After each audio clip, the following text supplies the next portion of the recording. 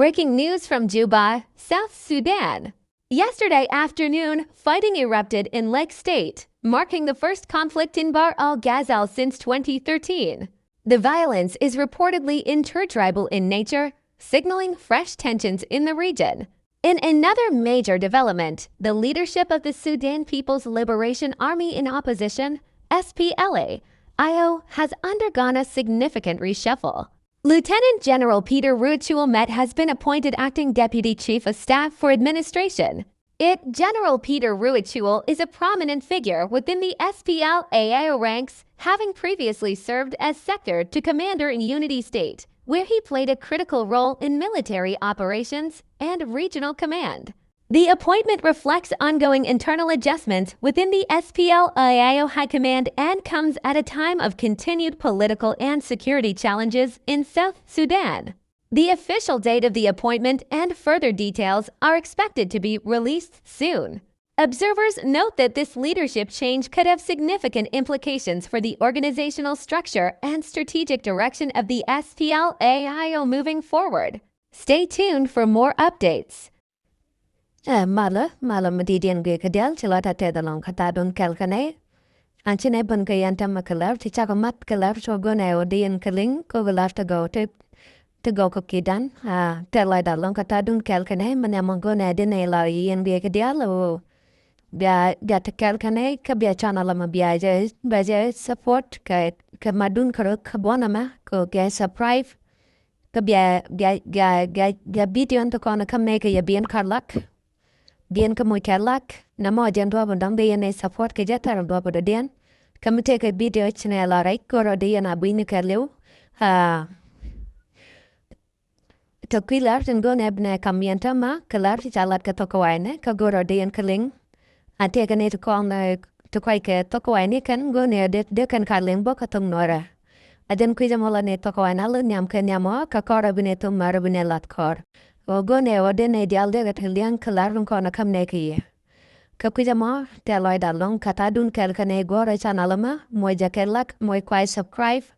Ani video missional lare gore den odian alak kaderan cara matan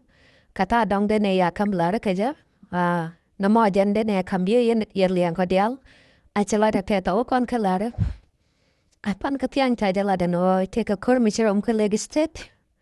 Awid mishala bardudan. And wija mo sa la no nika kor run to want to show run wal kel ke run waro ke run wal diok a kan minta kor kaneto ngai kon no wit mishala Bhar-El a jan witin tijang tagatan ke netan kap kuma tente kwara nam salpa ke mayadit a waidian anemi kan minta kor ke kan kor kanamrum kaka Kia kana miling ano chate kor misi yet kaka am kwidian na mi.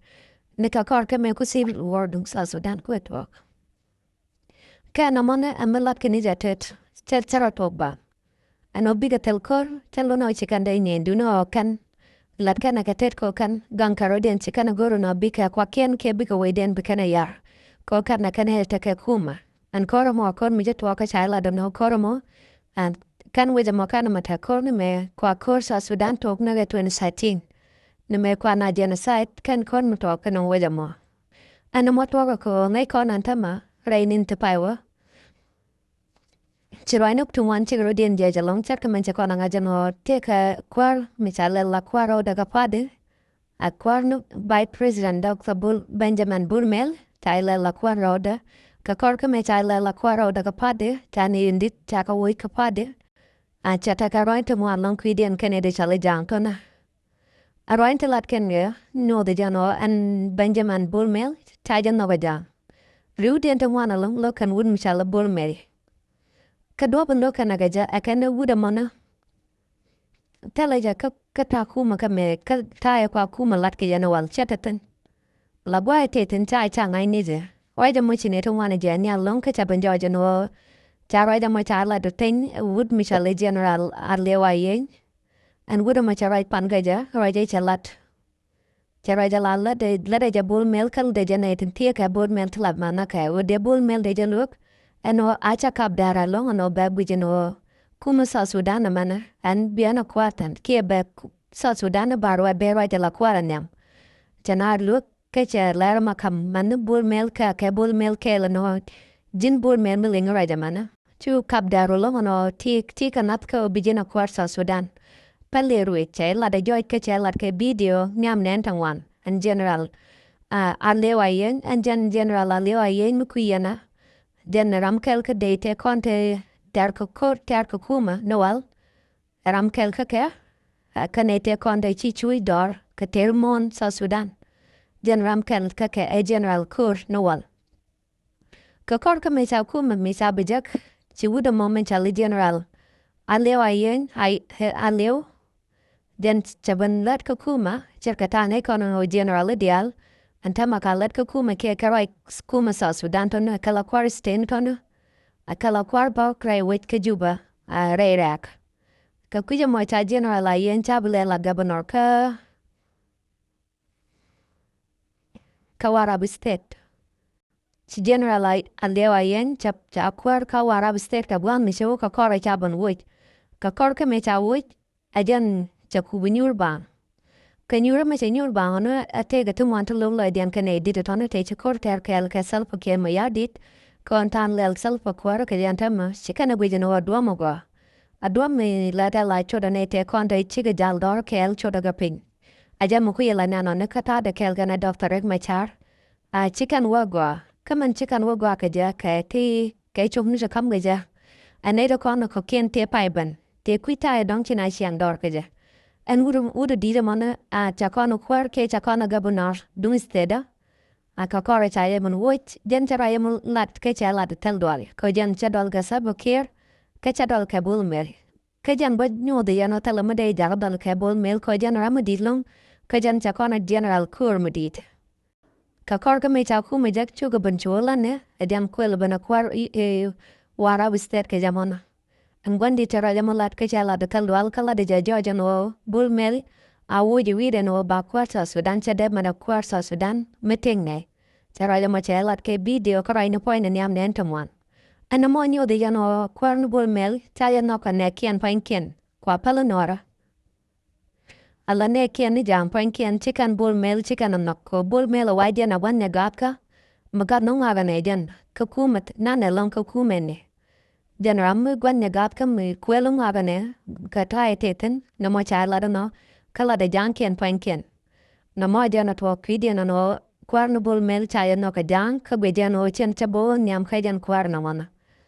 at de no ko mai ban ka ro ente la de no jan chara de la kwar ka kana mana kwar wana to ko ken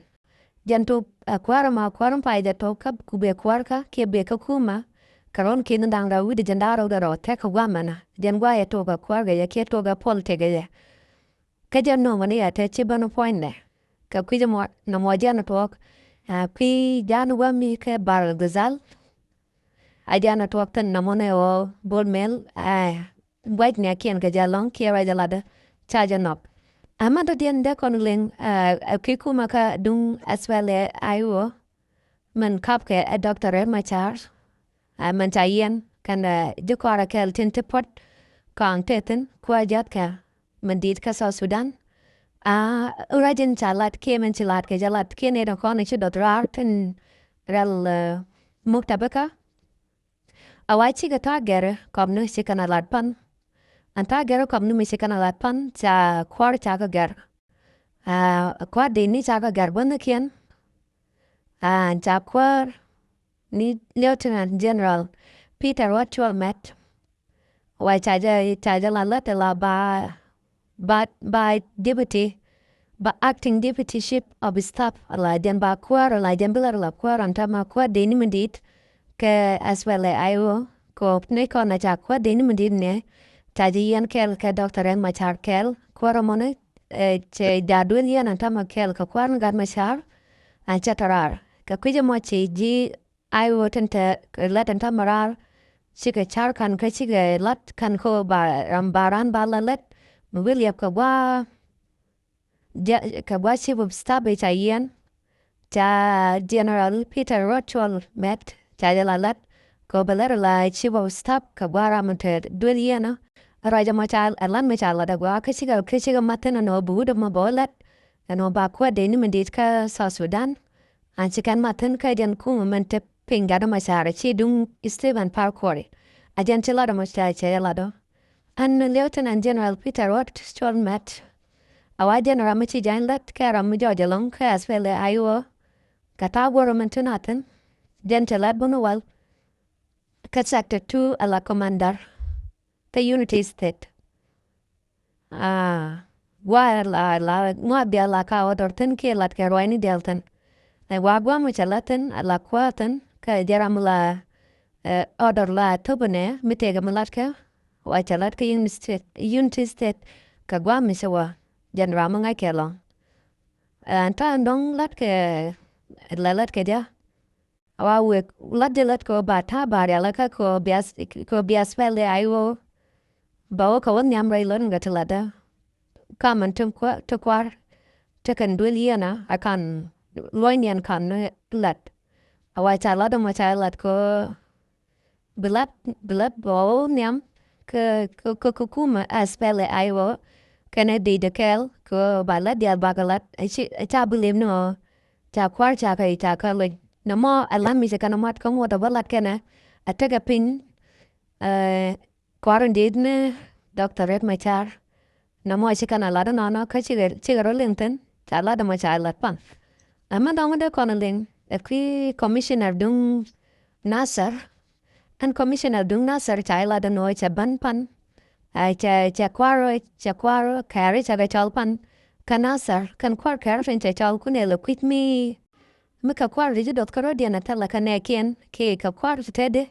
ana mo kana lo da ngai ko is ne kono no ka me cha kori cha talk chine di al chigi jian kanasar chinaban ka buru bie a koro me cha na gor ka buru bie chiga ban quit buin anta mane to ka ta bwa den ta la ka ne buin ke yuan anto ke buin ko ta ga mo ka buat rol ma kwe war da ke ni nyang an wa mo cha la ka ko ba ga loten ke ba ga nyorten ka buat amane mi si mal cha ten ka South Sudan na mo lan mi cha la de la mi cha la ka no bane to baka nyor wamo kanana ko lang baka nasar baka buru bie mani vi dial antia ka ketentiana tane to gan dial chagarol chaga dalaka buni ta moy gwatro mun buin gwama ko bian baka lokten ka gwat mani mi chwe den chagwa na mo cha la ka cha bwal ma cha la kan ta matuna lade ko mi cha to galana bane to baku ten ko bige siang ten ngai kono one time wame ajan gwala nil la kana dam gade la sin nil chiga tagalong binel biga dam ane to chiga ban kan dial mana kara ken kunelo kudino commissioner mana gwa lo kara lo jetanana ai cha lo da cha janet ana mo cha la da no jan se je ka kara ka charai ka kano de ka luinwich ko chi pin ta tagamal mala mo mi mala kara da wala mal benika kan kono ngat chalane jato chi janai chol ke charai ka kare chi ro de lenga no de ji wet de ga luinda wet ko de ga ban siang anyap kunele ku jan dul en we jan de na loiten ko we jan tama tani chawten chaw nan ti chi liu wa de na ko lo chieng ten cha lo da ngai ka dul de na ko lo chieng ten wo ka dul cha wa an we ngai ko na cha bo ka bom ne ke ma kala ne en ka ma kala mo ne wa jan point te ke pek ni di de long ka gwada binil dam ga jamona cha goro no binai dal ka gwada ko pin ba kwat kala mi chi pin kwat ke chi pin cha ta ga twap ke cha ta ga piu nei kono ne kon to wan jel la kan jel ga choken ka tan dan je ga pin ka en kama kalan cha yor pin cha goro no ba nyot ka choran ke bu piu go bigaran je ke ba piu go ba ga mat nei kono we kono ti mi pin tot la mat ga piu den kono chi gampin piu to ka la jam go to kan ba yu mat to na tela wa da mono go piuten a kwija ma piuta ka kama kal piu ka piu ti tene de chinu to kan ko integaten na mo ka lewa long charo lo no de na de ko ten and then I look then kam di wait boten dia la al chin chiang no te ga to gora ba kan ngai karan ne charo no brando da wit with mi si ja ka ta da ma charo da bulut o de na chiang ten goro da tat bangun wit de tane wana ten konan te wana ken kan de tetano na chu yanala dial ke ban kagat kadong dial goro de yan wam gwa chara la kamo kwidu no by lokten a yuan rol Ethiopia wam goro de yanuten ajan gwa de yanu yepten amanu mi si gwa ma chalo kontok an wait goro daro tat gwa ajan tadama de te ya galtana de ka kula wa mine medial in chadoiten de piu ki ande ko wa ki de raini tin chore mon de la kon ket den de yan ko lu de ko mo yan lu tin tama de yere tu man long de yan ga jap pin wa mo hamane piu ko kije mo de ne lara mo de ne kam ye ka de ne goro ndo de yan tel yang ten o cha goro no bia lu re wich ka jam gwa tama ko wich mo de cha gwa mo de te ko kor ka pin point e jaga enyo bil kunen de yanutan kadwili cha wang kan dia talo gwa bia uten kiche pincha ta chatot talo ye gwa num bia dil bia lat kiche kiche gwa la du de la je gwa na du de je kiche cha wo bana ka kuje mo to de alto goro de inde char and de yan kula buje no ka yene de dong de lo rai wejam gwa mo na mo ala mu go ne de ne kam ye ka de yan taliantan antama te ga lar mi sa mun pa nyo kano Antama vi kon ne ti chalu noare hakan wira dong tagarang ketum liad mon teten nei kon na unity state wa mi ka bentiu ajan wa te ga jadan di te ga yatin jan wa jian jat dung sa Sudan jianaten mi yana be yan ko apernal ba gwa menu apernal ajan gwa andan ta ga jat mi di long bana a kapaloch mangai yan paloch wa mo te jada do den jada ro teten te ka wat jana to ken botte kan le prolan o game te joja no rolan ajan gwa dan tarang ke liu teten ajan do bon ko ile ter ge jane dia men chi jang ke ne dioro ko ken chi video lo ten wo de kon ju chi rolan ko de kan kul do ten ko de karang mo de kan ko lo ko nei kon no lir South Sudan ke liu ta ja kwak kamicha le din ta kwak he din kuma South Sudan man kap ke self ke ma yadit ko ta kwak he din cha goro no baterama do den mbe no mo biu mo bide no mo bayiteten kabali dom baying nan ne da ko ne cha kam ke den ko bika la den lat kana ga je bika ne la da man mi chi gwa den ga den to tai cha ko ga je cha ko ka wona ga ron kin dang raw wi de jan dok bilone 2020 ja liet South Sudan tai cha ke den no no la mi yen gwi no mo no buar mo dilam mi cha ka dor mi cha ga yang mon lai cha ga te bi joj kwan ye lar mi cha chak de dul gar to golum de galat de dul wal to go de galat de cha to golum te bi jeng krung dum wan de galat de wit de ta dul to go tin chop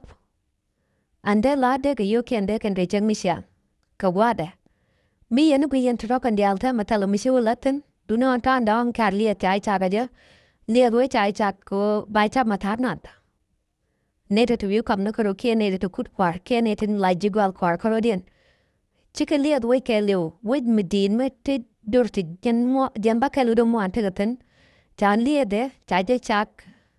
ai ji chen ko bi ka lat ken bi kan ka lat ke je mi yen bi yen na mo na kwing wan mi ti lo mo de ran liet we mi di dai cham Kula lana way den matodaka. Pala vida ko ken, neda ko ken kare chuja. Tekaray pina toy nanu vi pina. Kaneda ko ken ka dula ken toy gadula to go.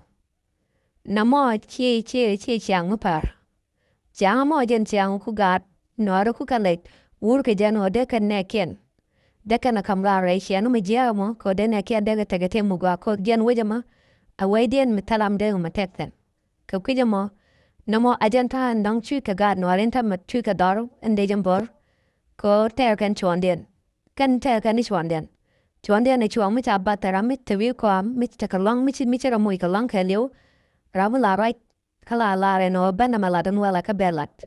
ka kuja mo tan to ba tab longa janta ma kami de chanyada en chanyada gurun lat ten lat ka wan tu de akala do gura ko na mi cha la mo le na ma ajan belada Liek la mare ja lat kam Uganda kana South Sudan bara maladya ko nei jeno kanta la kalong ne de kona jala de jambor ke no are kane de bombo malong ala tala madalga ajan na kan ren yalamo ka kwa kena torete ka Ne pa no de yan ol rang den di de lo. Ka kwija mo ko di long den. Chi kuma South Sudan charado go lok win mo den. Cha logo mo cha jak kwai la loko ba gam kwar ga ke ba gam karaman de tiang. Ko metalo charado nong lok anta ma de lanu to ko ken. Andon South Sudan ta ma de jeg de ka de jeg lo. Kama da ta mal mo di lo. Ka kwija mo ko gol kano cha kwara ma cha bu yen tet ke den. Chigaro den go luap mu biga luaka koramo ko chikwaran teka chabi jienter ke den chikala mu shikana lat we kon Georgian tam me chui ke o rang so sulan ke leo jatin ke kuya mo chine dial chig vidian chikana loiten wo ba wata to baga yit kap ko bai Bhar-El ken wo neden butatin kaneti dang chanore kaneti janko bi gwam bi kana ko lagang bikarang mo ke leo tan nange ke ja Bikana bakola teteridian kelu bikana gujakan. Na moja la lat genta maka unti state kana apronal. Makola teke paloja wamana. Makuya manyu jano jap kelu jadora. Mi yana we condit content teko kumantama. Doban kokarodian gayech. A queen one jan go batok do mojan karwada. Jira nugo nubi jekarwadu. Kapala dorun kelu. Kula te lip guamona nakaja. Chuja. Kula bwine man bijaga la jin, na mono po ina nyo de jano jin ta lilwang ke de lechar. Na mo ajin ta taga nuarin ta ma ke taga gad nuare, rai chwika ma taga tin, rai mon South Sudan ko ichi ditkin. Chike chiang chika na tol, chira mo bwine tog da karada. Chi doro kia bai ko man bijaga lan. Na mo po ina wo, chien mo bijal karan, kan nuare dial da bika karken bikan chien. Duno chika na ne Ngeshka ni mwale man. Neke na menjeka na nwale. Tadine ka laro go na dine kam ye binet mandene tiamye nyoka kui gara machar. Kana kui na no kone shoka South Sudan ko de dol. Ke de mal South Sudan de yor alaka. Ne tong oda tala mish analinga ke ajan ka ne ben kalar ke jamo. Anta ntin kone chigan ko lat ke rai chigan lat ka South Sudan moda tala mish analintin. Achina goro bine nong lar muka ne lo danga jo go ne ro lar tingo ne dene go nong ye. De kala ta tok te ka joje to bolat kujamo ne den cho wa mi ngoda tala mi sa chika janu la du kwidian arai chika na la tanga jo muchu che tok tana du no roin te chika ngala ke chang de jene kende charling no chika na kun pin no ba kwar ai wotin ta yen dul yena ba kolon kenyam ka kora ba la dial ko kim mala ba ko la to kwar ai wo te to gan machar tumbut ka gan machar teten ane to biga bara dulien ka bana la dial ka kimala bana ko kula bugore chiga barar ne e kana tala mal me balat chi gan machar kala ma damu ngai ne me de mal palat mi chi gan machar ka kuidemo chikan larong gan machar kana jikora tin chara yen kel go ne do de bakalun kenyam ka kor ka mi sagalun dan bana kulo ka nyen mala ten bukon galat Ajara jadene tiam ye kachang walaga ke kan tende nego nong ye tin chinego mat kendial go nega bnega chulat ye kelo no ke biata liangten chilai da te talong kata dun kel kane kwai chanalam kwai support ke lakne ke no bia roine titlat negate ke lat nong nege ye dia ka nyoga ni ko ken ami tigo lang boko de ja kamuch ande o ka gip guamono de magoron bijaga la gip ti jak ande ne jak ka kachine bu paru jama bne la taloj Ka kwija mo chalai da te da lon kata dun kel kane ambiata mar.